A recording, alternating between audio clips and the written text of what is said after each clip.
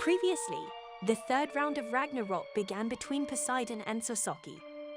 Everyone was confused as to why Sasaki started to sit down during the match. In the past, Yang Sasaki was a disciple of a renowned Japanese swordsman. Hayakatsu, the nephew of Master Sagan, the head of the dojo, defeats another disciple and complains about Sasaki's lateness. He challenges Sasaki to a duel with wooden swords. Sasaki blocks most of his attacks, but eventually loses by giving up. Master Sagan asks him why he gave up. Sasaki explains he can't win against Katsu, even if they fought 100 times as he is now. Everyone in the dojo thought Sasaki lacked talent for the sword. Sasaki begins to try and figure out how to win against Katsu. He begins training in forests and observes the nature of fights between animals. Sasaki's true talent was increasing his understanding of victory with every loss. After 6 months, Sasaki returned to the dojo. He tells Kagaku that after many tries, he was able to defeat him in his mind. Taikutsu becomes upset by his comments and attacks him. However, in a split moment, he felt that he would have died if he had gone any further with his attack. Sasaki then requests a duel with Master Sagan, which he accepts. Sagan unleashes a fierce fighting aura that thrills Sasaki. After Sasaki lost, he stopped showing up to the dojo again, but this time for a few years. Sagan has lost his eyesight but finds Sasaki in the woods out of worry. Sasaki welcomes him and brings him inside. Sagan is able to sense the many days Sasaki has spent training in the room with mental battles by feeling the cuts on the walls. Despite being blind, Sagan wants to recommend Sasaki to become an instructor for dojo, but he declines.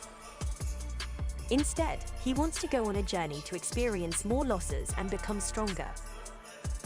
He sought out those masters of the sword and repeatedly challenged them to duels, but lost every single time. He continued to use this experience to strengthen himself. That way, he can win against them in his mind. This is why he's known as his story's greatest loser. The gods look forward to seeing what Sasaki will do against Poseidon. Sasaki starts with a powerful downward slash, which Poseidon dodges. As Poseidon is about to counter him, Sasaki uses his incredible, trained body to change the trajectory of his sword, which is very difficult to do. He not only cuts off Poseidon's hair but also makes him look at Sasaki. The Valkyrie and humanity begin to have hope in their victory.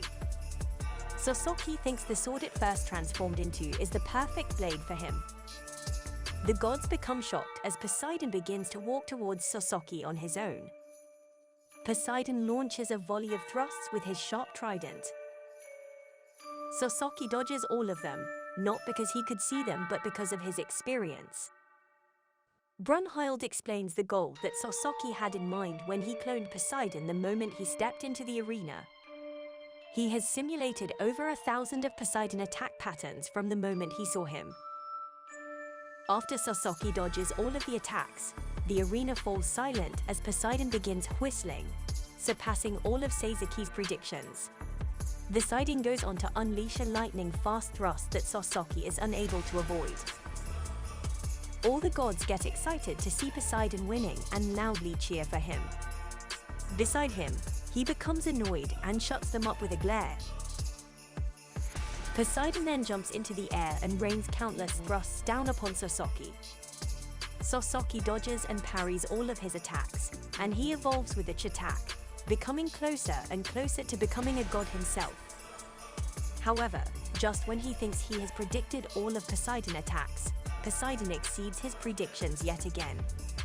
Sasaki attempted to cut him down, but Poseidon dodged his attack. Finally, Poseidon breaks his sword with his trident. The Valkyrie and humans begin to lose hope against Sasaki. Can't win without a godly weapon. As Sasaki sees the reflection of Sasha on his broken blade, he recalls the past. Many years ago, Sasaki challenged Masashi to a duel. Sasaki almost surrendered but continued the duel with Musashi because it was too much fun. He was able to wound Musicia's face, but was eventually cut down. Despite Musicia's death, they both respected each other and had the time of their lives during the epic duel. Sasaki walks over and picks up the other piece of his blade on the ground. Both blades begin glowing with energy and transform into two new swords. Brunhild tells Gull that Christ can transform into two weapons because Christ has two powers that dwell within her. Sasaki readies his stance and prepares to continue the fight. As he parries Poseidon attacks one by one, he appears just like Musashi Darsum. Musashi explained that Sasaki was using the techniques he learned from the various masters he had fought in the past. Sasaki blades reach and cut Poseidon one by one. The gods became surprised to see him beside and covered in bloody wounds. Poseidon begins whistling as he slicks his hair back with his own blood. He thinks Sasaki is becoming too arrogant and shows him his place. Poseidon gets serious and floods Sasaki with attacks. Sasaki desperately tries to block them all and almost gives up until he hears the crowd cheering him on. The final is able to read Poseidon attacks and slowly close the gap between them. Sasaki cuts off Poseidon's arms one by one. This development shocks all of the gods watching the fight. Poseidon catches the trident with his teeth and attempts to stab him, but is cut down by Sasaki. The humans all rejoice over Sasaki's victory over the god of the sea. I'm done, officially announcing humanity's first victory in Ragnarok.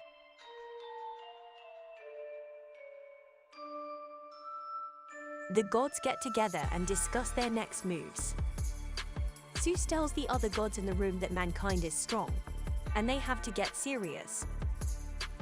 Shiva is pumped to go fight next. However, the Greek gods want to pay mankind back first after the loss of Poseidon. Gull catches Brunhild talking to Hermes about something in private. Heimdall announces that the next fight will take place in the recreation of 19th century London. He introduced the fighter for mankind as one of the most famous murderers in history, Jack the Ripper. The humans are surprised and upset that a criminal like him would represent them. Heimdall then announces the fighter for the gods. It is Hercules, son of the king of gods, Zeus. The anticipation and excitement in the crowd rise as the two fighters enter the arena. Will humanity live for another 1,000 years, or will the gods wipe them off the face of the planet? Tune in for Season 2. Thanks for watching. If you enjoyed the video and would like to see more videos like these, be sure to like and subscribe to the channel.